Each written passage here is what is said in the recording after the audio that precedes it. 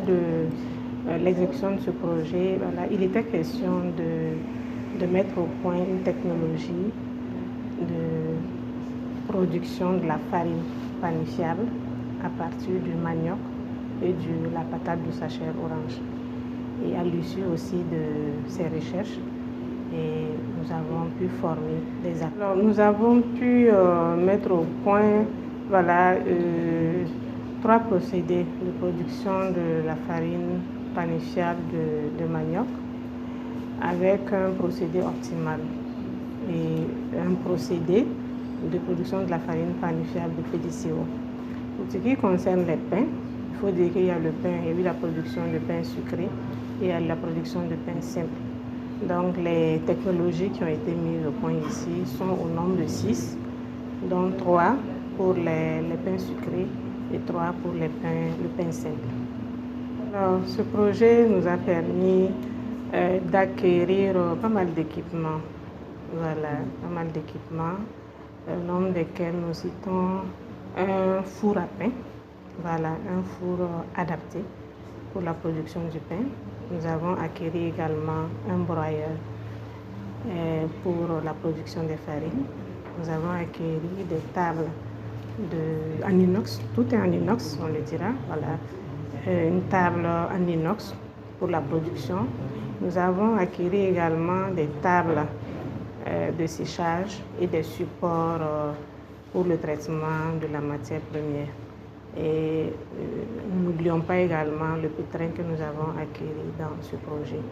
Il faut dire qu'au-delà du matériel, nous avons aussi acquis des réactifs de laboratoire, nous avons acquis les petits matériels de production et aussi de la matière première, bien sûr, évidemment, pour la production. On est pour ce qui est le taux d'exécution physique, technique, nous avons atteint 95% et le taux d'exécution financière à 100%.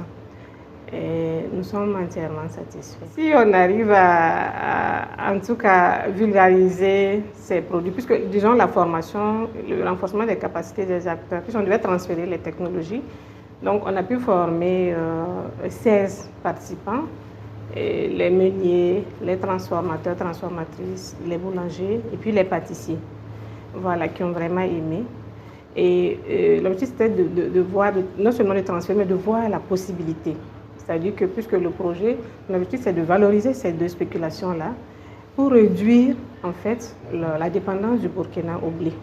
Parce qu'avec la crise sanitaire et la crise sécuritaire, nous avons été confrontés à des problèmes d'importation de blé, alors que nos producteurs produisent également ces 2 spéculations en grande quantité. Donc l'objectif c'était vraiment de les valoriser.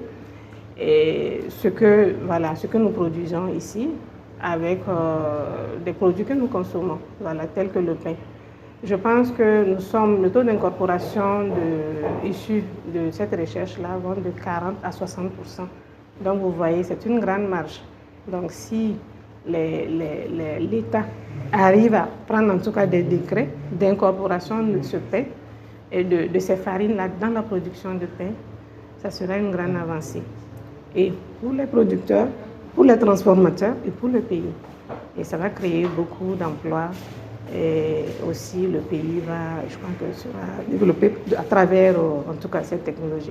En tout cas, les projets qui ont été financés par le partenaire CRDI, leur état de mise en œuvre, on peut dire que c'est très satisfaisant.